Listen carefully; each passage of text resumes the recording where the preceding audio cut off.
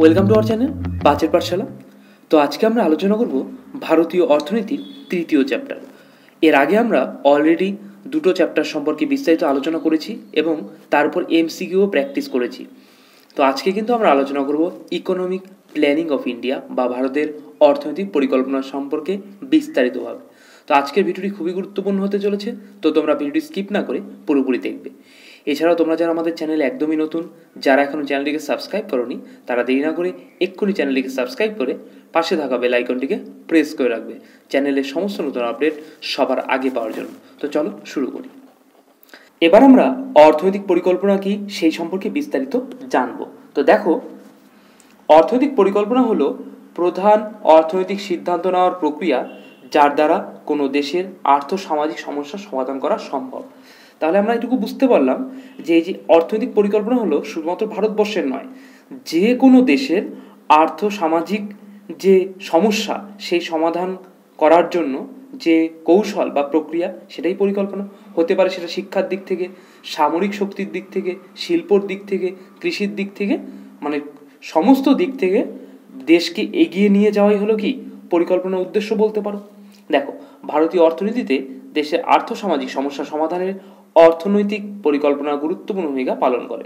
তাহলে এখানে কিন্তু এই যে আর্থসামাজিক সমস্যা যে সমাধান করতে হবে ভারতের, সেটা কিন্তু পরিকল্পনার দ্বারাই বলতে পারো যে সম্ভব হয়েছিল। এরপর দেখো ভারতীয় অর্থনৈতিক পরিকল্পনার ইতিহাস।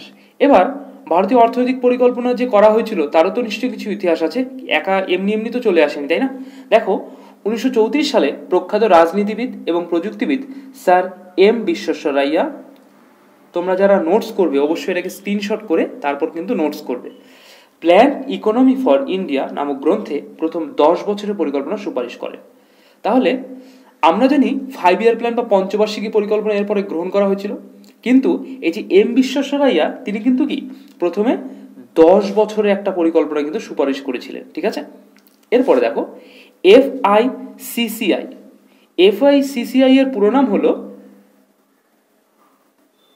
Federation of India chamber of commerce and industry. এই যে এফআইসিসিআই এর সভাপতি নলিনী রঞ্জন সরকার ভারতে অর্থনৈতিক পরিকল্পনার প্রয়োজনীয়তার কথা কিন্তু প্রথম তুলে ধরেন। তার মানে আমরা বলতে পারি যে এই যে নলিনী রঞ্জন সরকার, সেই কিন্তু প্রথম বলেছিল যে ভারতেরও একটা পরিকল্পনা কমিশনের বা পরিকল্পনার প্রয়োজন আছে। এরপরে দেখো 1938 সালে জাতীয় কংগ্রেসের হরিপুরা অধিবেশনে সুভাষচন্দ্র বসু একটি জাতীয় পরিকল্পনা কমিটি গঠনের প্রস্তাব দেন। তাহলে জাতীয় পরিকল্পনা কমিটি গঠনের প্রস্তাব কে দেন? তাহলে সুভাষচন্দ্র বসু দেন, তাই তো? তার তত্ত্বাবধানে 1938 সালের ডিসেম্বর মাসে পণ্ডিত জওহরলাল নেহেরু নেতৃত্বে জাতীয় পরিকল্পনা কমিটি, যার ইংরেজি নাম কি ন্যাশনাল প্ল্যানিং কমিটি, গঠন করা হয়। আচ্ছা, তাহলে বুঝতে পারলে এটা। এরপরে দেখো 1944 সালে অর্থনৈতিক পরিকল্পনা খসড়া তৈরি হয়। 8 জন শিল্পপতি এই সময় বোম্বাই পরিকল্পনা নামক পরিকল্পনা পেশ করেন। এখানে তাহলে বলা আছে, দেখো কত সালে অর্থনৈতিক পরিকল্পনা খসড়া তৈরি করা হয়? তাহলে 1944 সালে কিন্তু কি এই অর্থনৈতিক পরিকল্পনা খসড়া তৈরি করা হয়েছিল। 8 জন শিল্পপতির কথা বলা হয়েছে। এই 8 জন শিল্পপতি কারা? তাহলে এখানে রয়েছে পুরুষোত্তম দাস ঠাকুর দাস রয়েছে, জেআরটি টাটা রয়েছে, জিডি বিড়লা রয়েছে, জন মাথই রয়েছে, এডি শ্রফ রয়েছে, তারপর লালা শ্রীরাম আরেকজন আরদেশীয় দালাল, আর কুস্তর ভাই লাল ভাই কিন্তু এই 8 জনের মধ্যে বিশিষ্ট শিল্পপতির মধ্যে কিন্তু তারাও ছিল, ঠিক আছে? এরপরে দেখো বোম্বাই পরিকল্পনায় 15 বছরের জন্য 10,000 কোটি টাকা বিনিয়োগের পরিমাণ কিন্তু ধার্য করা হয়েছিল, ঠিক আছে? এই সময়কালে আবার শিল্পোন্নয়নের পাশাপাশি জাতীয় আয় আর হলো মাথাপিছু আয় বৃদ্ধিও কিন্তু সুপারিশ করা হয়েছিল, ঠিক আছে? আবার 1944 সালে গান্ধীজির অর্থনৈতিক ধারণায় অনুপ্রাণিত হয়ে কে, এই যে শ্রীমান নারায়ণ আগরওয়াল গান্ধীবাদী পরিকল্পনা কিন্তু পেশ করেন। তাহলে যদি প্রশ্ন আসে গান্ধীবাদী পরিকল্পনা কে পাশ করেন, তাহলে এটা অ্যান্সার কি হয়ে যাবে?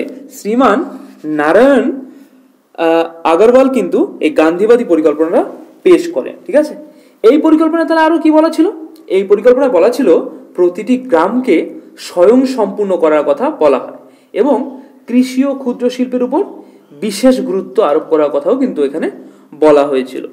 এরপরে দেখো 1945 সালে কমিউনিস্ট নেতা মানবেন্দ্রনাথ রায় একটি পরিকল্পনা তৈরি করেন যা জনগণের পরিকল্পনা নামে কিন্তু পরিচিত ছিল। ঠিক আছে, এরপরে দেখো 1946 সালে ভারতে অন্তর্বর্তীকালীন সরকার গঠিত হয় এবং এই সরকার পরিকল্পনা উপদেষ্টা পরিষদ গঠন করে। তাহলে পরিকল্পনা উপদেষ্টা পরিষদ কে গঠন করে? অন্তর্বর্তীকালীন সরকার তাহলে এই পরিকল্পনা উপদেষ্টা পরিষদ গঠন করে, তাই তো? আচ্ছা, এরপরে দেখো এরপর 1950 সালে স্বাধীন ভারত সরকারের কাছে জয়প্রকাশ নারায়ণ সর্বোদয় পরিকল্পনা ধারণা পেশ করেন। তার মানে এই যে সর্বোদয় পরিকল্পনা ধারণাটা কে পেশ করেন? তারা এটা করেছিলেন কে? জয়প্রকাশ নারায়ণ করেছিলেন, তাই তো? তৎকালীন সরকার এই পরিকল্পনাটা বেশ কিছু অংশ কিন্তু গ্রহণও করেছিল, এই জয়প্রকাশ নারায়ণের যে সর্বোদয় পরিকল্পনা সেখান থেকে। এবার 1950 সালের 15ই মার্চ জওহরলাল নেহেরু নেতৃত্বে গঠিত হয় পরিকল্পনা কমিশন। Very very important. তাহলে কত সালে? 1950 সালে 15ই মার্চ, দাগ দিয়ে রাখবে। এরপর দেখো 1951 সালে প্রধানমন্ত্রী জওহরলাল নেহেরু পার্লামেন্টে প্রথম পঞ্চবার্ষিকী পরিকল্পনা পেশ করেন। তাহলে পার্লামেন্টে প্রথম পঞ্চবার্ষিকী পরিকল্পনা কে পেশ করেন? তাহলে অ্যান্সার কি হয়ে যাবে? জওহরলাল নেহেরু কিন্তু পেশ করেন। এরপর ভারতের পরিকল্পনা কমিশন। এবার ভারতের পরিকল্পনা কমিশন সম্পর্কে আমরা একটু কিছু জানবো। তো আমরা তো আগেই জানলাম যে 1950 সালে 15ই মার্চ জওহরলাল নেহেরু নেতৃত্বে গঠিত হয়েছিল পরিকল্পনা কমিশন, তাই তো? এবার এখানে দেখো ভারতের পরিকল্পনা কমিশন হলো একটি উপদেষ্টা পরিষদ বা অ্যাডভাইজারি বডি। ঠিক আছে, পরিকল্পনা কমিশনের সদর দপ্তর রয়েছে যোজনা ভবন, যেটা কিনা নিউ দিল্লিতে কিন্তু অবস্থিত। এবার পরিকল্পনা কমিশনের একজন চেয়ারম্যান, যে কিনা পদাধিকার বলে তৎকালীন প্রধানমন্ত্রী ছিল, এবং ডেপুটি চেয়ারম্যান, যাকে কিনা কে এই প্রধানমন্ত্রী নিয়োগ করত। পরিকল্পনা সচিব থাকতো একজন, সাধারণ সদস্য এবং কয়েকটি দপ্তরের কেন্দ্রীয় মন্ত্রীদের নিয়ে কিন্তু এই পরিকল্পনা কমিশন গঠিত হতো।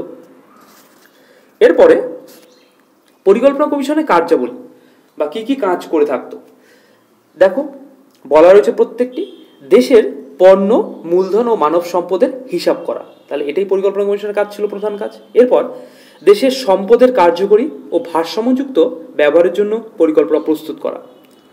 এরপরে দেখো কি আছে, পরিকল্পনা বিভিন্ন স্তরের অগ্রগতির মূল্যায়ন, কত পরিমাণ এগিয়ে গেল পরিকল্পনাটা, এবং কার্যকরী ব্যবস্থা গ্রহণের সুপারিশ করা। ঠিক আছে, এরপর পরিকল্পনা বিভিন্ন পর্যায়ে নির্ধারণ করা এবং অগ্রাধিকারের ভিত্তিতে অর্থ বরাদ্দ করা, যে আরো কতটা পয়সা লাগবে বা কতটা টাকা লাগবে এটা বরাদ্দ করা কিন্তু কি এই পরিকল্পনা কমিশনের কাজ ছিল।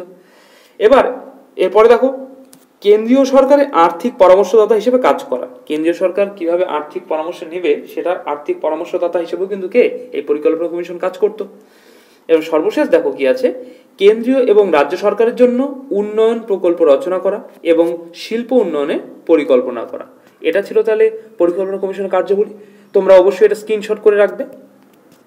এরপর দেখো ভারতীয় পরিকল্পনা কমিশনের উদ্দেশ্য কি ছিল। প্রথম উদ্দেশ্য ছিল দেখো, ভারতীয় পরিকল্পনার উদ্দেশ্য হলো অর্থনৈতিক বৃদ্ধি ঘটানো, যেটা আমরা প্রথম থেকেই বললাম। পরিকল্পনা করাই হলো ভারতকে বা যে কোনো দেশে যদি কোনো পরিকল্পনা গ্রহণ করা হয় তার একমাত্র উদ্দেশ্য কি, দেশকে উন্নতি করা। 2 নম্বর কি আছে, সামাজিক ন্যায় বিচার ও ন্যায় পরায়ণতা প্রতিষ্ঠা করা। আর সর্বশেষ রয়েছে অর্থনৈতিক স্বনির্ভরশীলতা ও আধুনিকীকরণ কিন্তু করা ছিল ভারতীয় পরিকল্পনার মূল উদ্দেশ্য। তো আজকে এই পর্যন্তই। ভিডিওটি কেমন লাগলো অবশ্যই কমেন্টসে জানাবে। কোথাও যদি বুঝতে অসুবিধা হয় বা কোথাও কোনো রকম সমস্যা থাকে তাও কমেন্টসে জানাবে, আমরা অবশ্যই তা সলভ করে দেবো। পরের দিন থেকে আমরা কিন্তু দ্বিতীয় পার্টে পঞ্চবার্ষিকী পরিকল্পনা সম্পর্কে বিস্তারিত আলোচনা করব। তো তোমরা অবশ্যই সেই ভিডিওগুলো দেখবে। আর আগের ভিডিওগুলো তোমরা যারা দেখোনি তারা অবশ্যই চ্যানেলের প্লে লিস্টে গিয়ে অথবা এই ভিডিওর শেষেও কিন্তু সেগুলো সম্পর্কে আলোচনা করা হবে, তো সেখান থেকেও দেখে নিতে পারো। তো ভিডিওটি শেষ পর্যন্ত দেখার জন্য ধন্যবাদ। দেখা হচ্ছে আগামী নতুন কোনো ভিডিওতে।